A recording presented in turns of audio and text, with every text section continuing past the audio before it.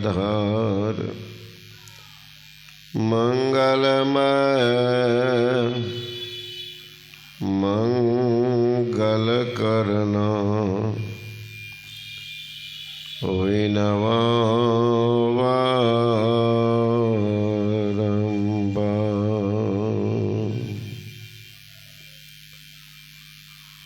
आदरणीय महात्मागण, संबे समादरणीय सत्संग प्रिय महान भाव, आदरणीय माताओं एवं भक्तिमती बहनों,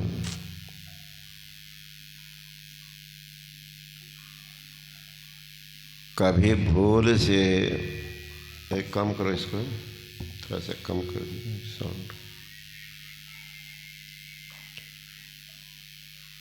कभी भूल बस कुछ खराब काम हो जाता है और कभी भूल बस बहुत बड़ा नाम भी हो जाता है। एक स्कूल में एक मास्टर साहब एक लड़का को लिख करके दिए, ये अंक है 9, इसको बढ़ाना नहीं। उस जमाने में चलता था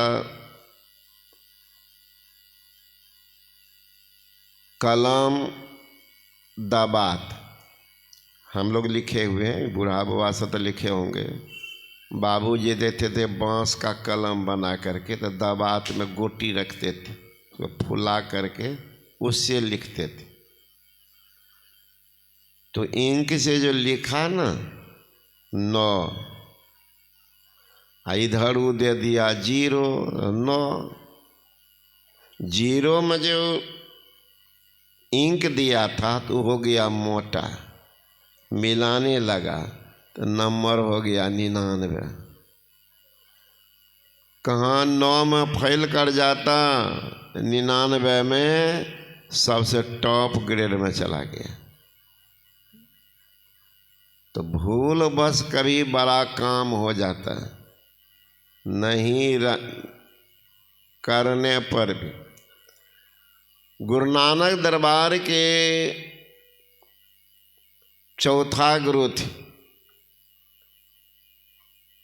अंगद जी महाराज के बाद हुए अमरदास, अमरदास के बाद हुए अर्जुन देव जी महाराज, अर्जुन देव के बाद हुए थे हरिकृष्ण राय जी महाराज।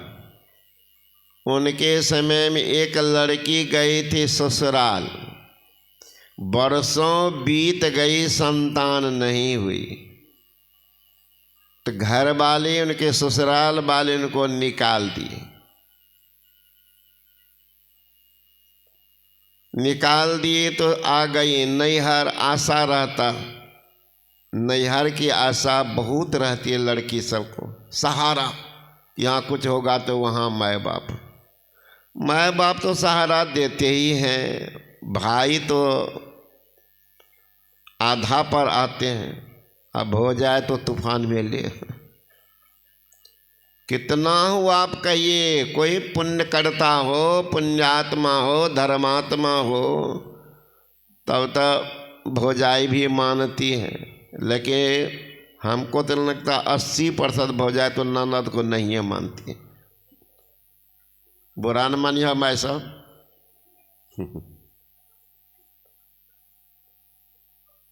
उसको लगता बलाय कहाँ से आ गई। अब वहाँ की भागी नहिरा आई थी। अब नहिरा में तो माँ बाप के समय से बेचारी शेर बनी हुई थी, आदत वही है नहिरा। एक रोज बैठी हुई थी चूल्हा के पास, भाभी कुछ बना रहे तो कहने लगी, अरे इसे बनाती हो भैया, कैसे खाएंगे जली हुई रोटी, बढ़िया से बनाओ ना। ये जो कहा तो तेवर तो भीतर गरम था भौजाई का पहले से। आई कि आई फिर शासन करने के, चूल्हा के लकड़ी निकालिया, दे लकड़ी ऊपर से, कहा तुम्हारा यहाँ कोई काम नहीं। अब ससुराल से भगाई हुई है, नहिरा में भी मार लगी है, अब कहाँ जाएगी? तो महिला के हिस्सा में है जल्दीबाजी में कौन सी आत्महत्या कर लेंगे, छुट्टी मिल जाएगी। भ्रम है। आत्महत्या से माँ बहन भाई साहब ख्याल कीजिएगा, छुट्टी नहीं मिलती है और विपत्ति मिलती है। आत्महत्यारा को शरीर नहीं मिलता। Death is not the end of life but is beginning of your new life. Body is perishable but soul imperishable. Death is not the end of life. मानव का अंतिम पंक्ति मौत नहीं है, ये तो पड़ाव है, बस पड़ाव। शरीर का उम्र खत्म हुआ, शरीर छोटा नया धारण किया, शरीर कपड़ा फट गया, दूसरा कपड़ा पहन लिया। अब कहिएगा कपड़ा फट गया भले झंझट खत्म हो गया, घूमिए न समाज में जूता देना शुरू कर देगा। हाँ नहीं, अगर कपड़ा नहीं है पहनना, चले जाइए कुंभ मेला बहुत है, नागा नगनिया सब वहीं चले जाइए, तब नहीं कुछ कहेगा। लेकिन कुंभ से निकलिए ना तब पता चल जाएगा। माहौल है अपना। तो कपड़ा फेंक देना छुट्टी नहीं है, छुट्टी नहीं। उसी तरह से मर जाना छुट्टी नहीं है। ध्यान कीजिए, भजन कीजिए। वो लड़की ससुराल के उपालंब को से भाग के आई नहिरा, और नहिरा में एकदम गरम गरम लकड़ी भोजाई दे दी है, फूल खुराक। कहाँ जाएगी? भाग के चली गई नदी के किनारे के मर जाऊंगे। संजोग हरे कृष्ण राय जी महाराज के शिष्य लोग निकले थे शाम के समय घूमने के लिए। तो महात्मा की दृष्टि पड़ी, भाई या नदी के किनारे कहीं कोई पुरुष नहीं, कोई महिला नहीं, ये अकेली लड़की क्या कर रही है? उनके अभाव से लगा कि दुखिया है। सारा बाबा जी आ गए नज़दीक, प्रेम भरी बात से पूछते हैं कि बहन जी तू अकेली यहाँ क्या कर रही हो? रोने लग गई। रोते हुए अपने बदन को दिखाती है, देखो पूरा शरीर को जला दी थी। अपना वृतांत सुनाई। शादी हो गई, 12-13 साल हो गए, संतान नहीं हुई, ससुराल के लोग भगा दिए। नहर आई, यहाँ भाभी की देखिए अत्याचार। भैया कुछ नहीं बोले, माँ बाप संसार से विदा हो गए। अंतिम में महात्मा जी एक ही उपाय सुझा कि डूब करके मर जाऊंगी। लेकिन आप लोग आ रहे थे तो थोड़ी लज्जा लगी, आप लोग चले जाएंगे तब ये काम करेंगे। हाथ पकड़ ली, कहा बहन हो तुम, चलो। ये दरबार है, ये सच्चे दरबार है। सच्चे दरबार में सबके दुख को सुना जाता है। यहाँ से रोते हुए जो आते हैं, यहाँ हंसते हुए जाते हैं। चलो दरबार में, वो महामना सबकी पुकार सुनते हैं, सबकी पुकार सुनते। चल, लेके चले गए। कहा यहाँ कैसे रहूंगी? कहा इस कुटिया में रहो। और सुबह सुबह उठ करके महात्मा जी हैं, भगवान की से डायरेक्ट बात करने वाली हैं, यही झाड़ू लगाना, उनकी दया हो जाएगी, नजर पड़ेगी। ब्रह्म मुहूर्त में वृत्ति बड़ी सिमटी होती है, जो कह देंगे उस समय हो ही जाएगा। वृत्ति सिमटी रहती है, परमात्मा से तादात्म्य करके लौटे रहते हैं। ब्रह्म मुहूर्त उसका नाम ही है, ब्रह्म का विचरण, ब्रह्म बेला, यही झाड़ू लगाना। हरकेश राज महाराज निकलते थे, देखते थे कोई लड़की झाड़ू लगा रही, ठीक है, 1 दिन हुआ, 2 दिन हुआ, 3 दिन हुआ। एक दिन अपने सेवक को बुलाते हैं, ये कौन है लड़की, ये बराबर साधु लोग नहीं, और ये लड़की झाड़ू लगाती है साधु के दरबार में। सेवकों ने कहा कि गुरुजी, ये बड़ी दुखिया, संसार से ठुकराई हुई है, और कहीं की इनका अस्तित्व अब नहीं बचा, कहाँ जाएगी, ससुराल से भगाई है और नहरा से मार खा के आई है, कहाँ जाएगी। तो अवलंब है एक सदगुरु, जीवन में तो मुकाम आ जाता है बहुतों को। जीवन में कभी कभी ऐसा मुकाम आता है, हर तरफ से गमों का पैगाम आता है, जब खुशियां ही दामन छोड़ देती है तब संत या भगवान काम आते हैं। जब सब तरह से लोग हार जाते हैं तब भगवान के हाथ आगे बढ़ जाते हैं।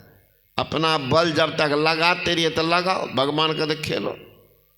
बच्चा लोग खेलते हैं, माँ बाप जी के काम करते, रोना शुरू कर तो काम छोड़ के उठा के गोद में लेती। संसार ही खिलौना है, दे दिया खेलने के लिए, खेलो। भगवान दूर में देख रहे लीला,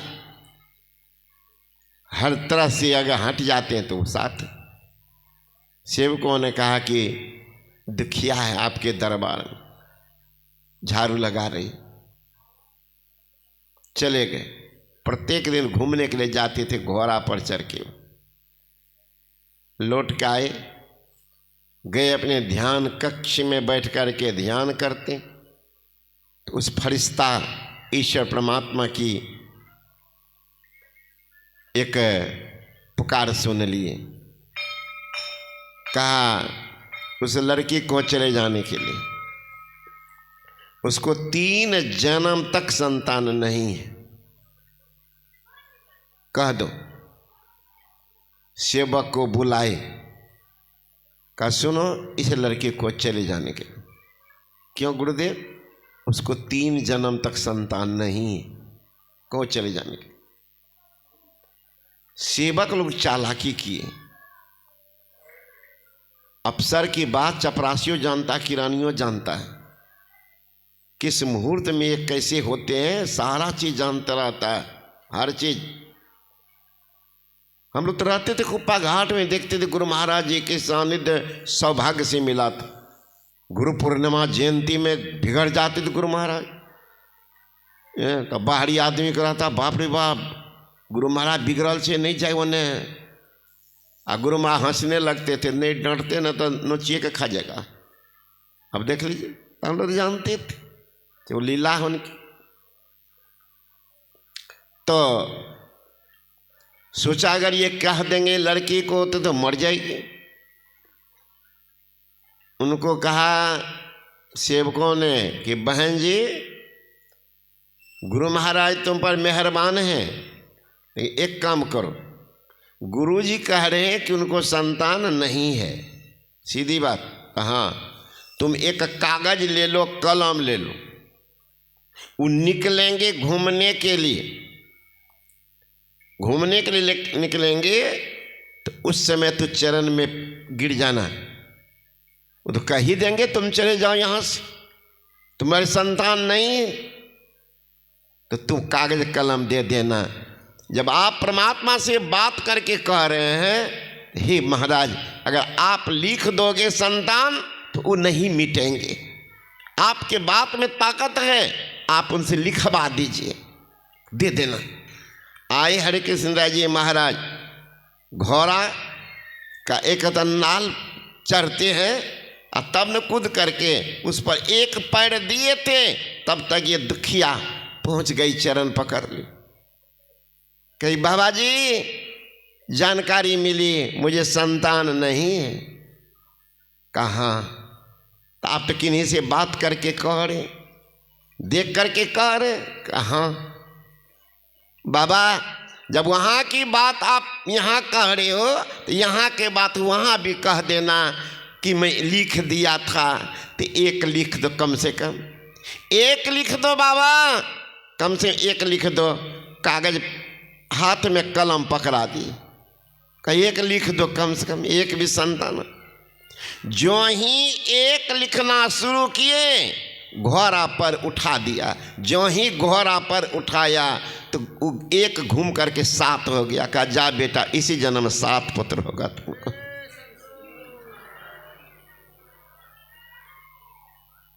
अनायास होता।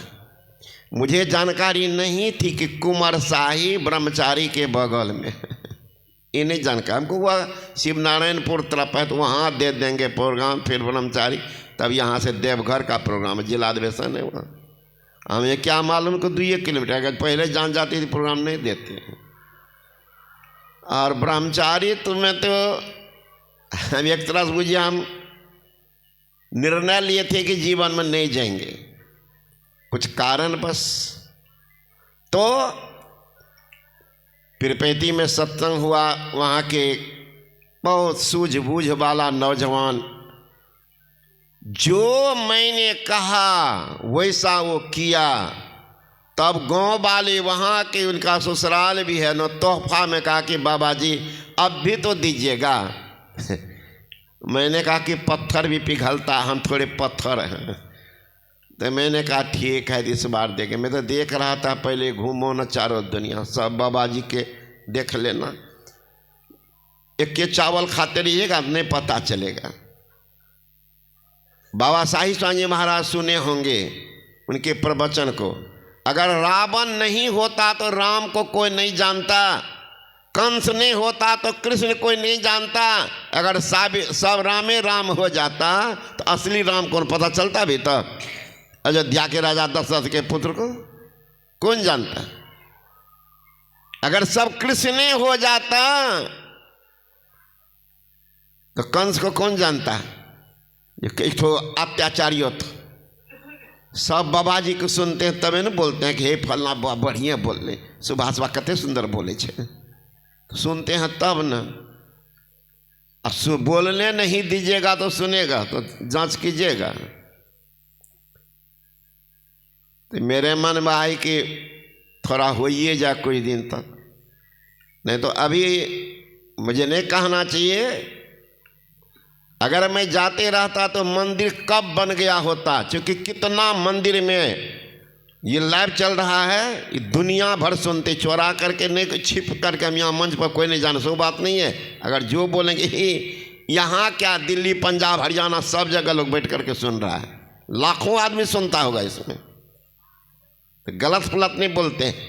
10 लाख से ऊपर मैं मनियारपुर में दिया हूँ पैसा, प्रमाण पत्र है मेरे पास। ऐसा ऐसा कौन मंदिर में नहीं दिया।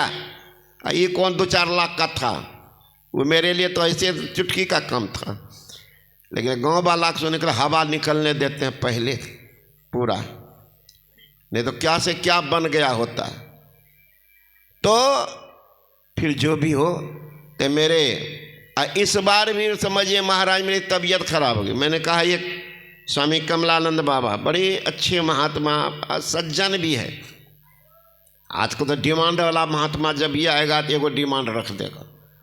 इन लोगों से मैंने कहा कि तबीयत मेरी ठीक नहीं है, तो आप हैं सुभाष भाई, सब ये सब काम कर लीजिएगा, सब प्रोग्राम है ना। लेकिन गुरु महाकृपा से कुछ राहत है तो सोचे तब घूमिए जाए तो बढ़िया रहता है, इसलिए आ गए। नहीं तो प्रोग्राम आने का नहीं था तो कैंसिल कर दिए थे।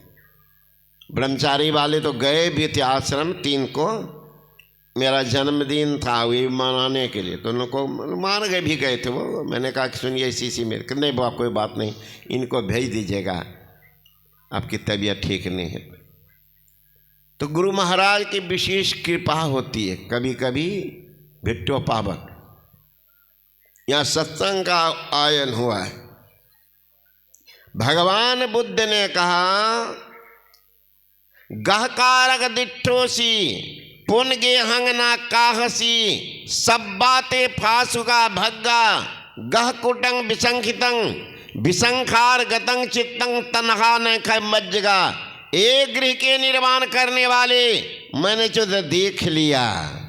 अब गिर के निर्माण करने वाला कौन था? जिसको देख लिया। बहुत आदमी कहते भगवान बुद्ध नास्तिक थे, ईश्वर को नहीं मानते थे। उस समय ईश्वर शब्द बोलने पर रोक था, इसलिए ईश्वर शब्द नहीं बोल करके निर्माण करने वाला, निर्माण कर कौन करता, कौन? सीधा देखिए, वाटर नहीं बोलने देंगे, पानी नहीं बोलने देंगे, नहीं बोलेंगे, हम वाटर बोलेंगे। वाटर नहीं बोलने देंगे तो हम नीर बोलेंगे, नीर नहीं बोलने देंगे हम जल बोलेंगे, जल नहीं बोलने तो औ बोलेंगे। शब्दांतर हो जाता है, तत्वांतर नहीं है। तो वही भगवान बुद्ध ने कहा, एक गृह के निर्माण करने वाले, मैंने तुझे देख लिया, अब तू गृह का निर्माण नहीं कर सकता। गृह का शिखर उजड़ गया, चित्त संस्कार रहित हो गया। निर्माण करने वाला कौन? उसी कहते हैं ईश्वर। ईशन करने वाला, ईशन मतलब शासन करने वाला। शासन करने वाला कौन? परमात्मा। परमात्मा मैं गृह के निर्माण करने वाले मुझे देख लिया, अब गृह का निर्माण नहीं कर सकता। गृह का शिखर उजड़ गया, चित्त संस्कार रहित तो हो गया। तो वो निर्माण करने वाला को भगवान बुद्ध ने कैसे देखा?